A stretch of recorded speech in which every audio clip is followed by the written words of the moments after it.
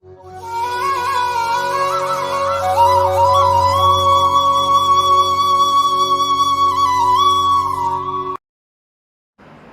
பக்தர்களுக்கு என் அன்பு வணக்கங்கள். ஓம் சாய்ராம். என் அன்பு குழந்தையே, என்னுடைய குழந்தையே, உனக்கே தெரியாத நேரத்தில் நான் உனக்குள் வந்து சில சமயம் நீயே யோசிப்பாய், நான் எப்படி சாயை வணங்க ஆரம்பித்தேன் என்று. அதுதான் தெய்வம்.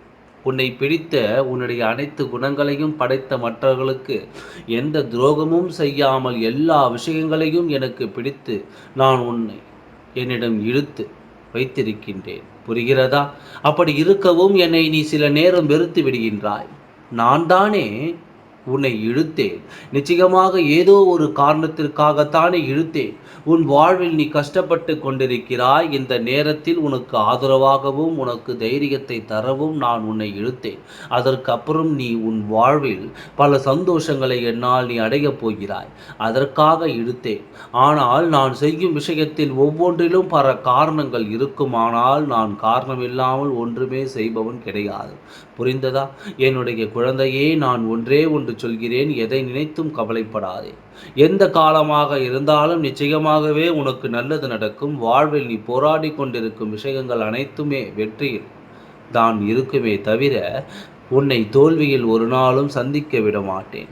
முயற்சி எடுத்தால் எவனும் தோற்று போவது கிடையாது. சில தடங்கல்கள் வந்தாலும் அதை தாங்கும் சக்தியை நான் உனக்கு தருகிறேன்.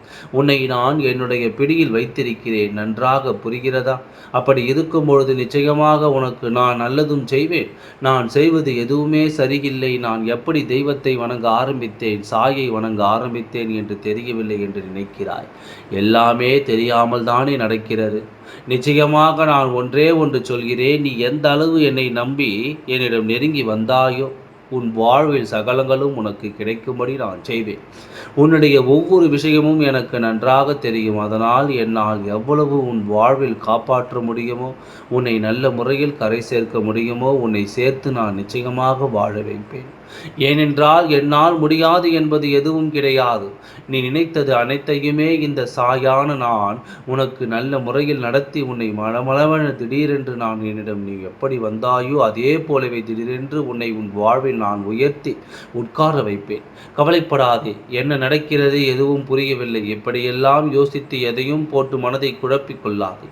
வாழ்வில் சகலங்களும் உனக்கு கிடைக்கும்படி நான் ஏற்பாடு அனைத்தையும் செய்துவிட்டேன். பொறுமையாக இருந்து அனைத்தையும் பெற்றுக்கொள். எல்லா நேரமும் நான் உனக்காகவே இருப்பேன். ஓம் சாய்ராம். நன்றி, வணக்கம்.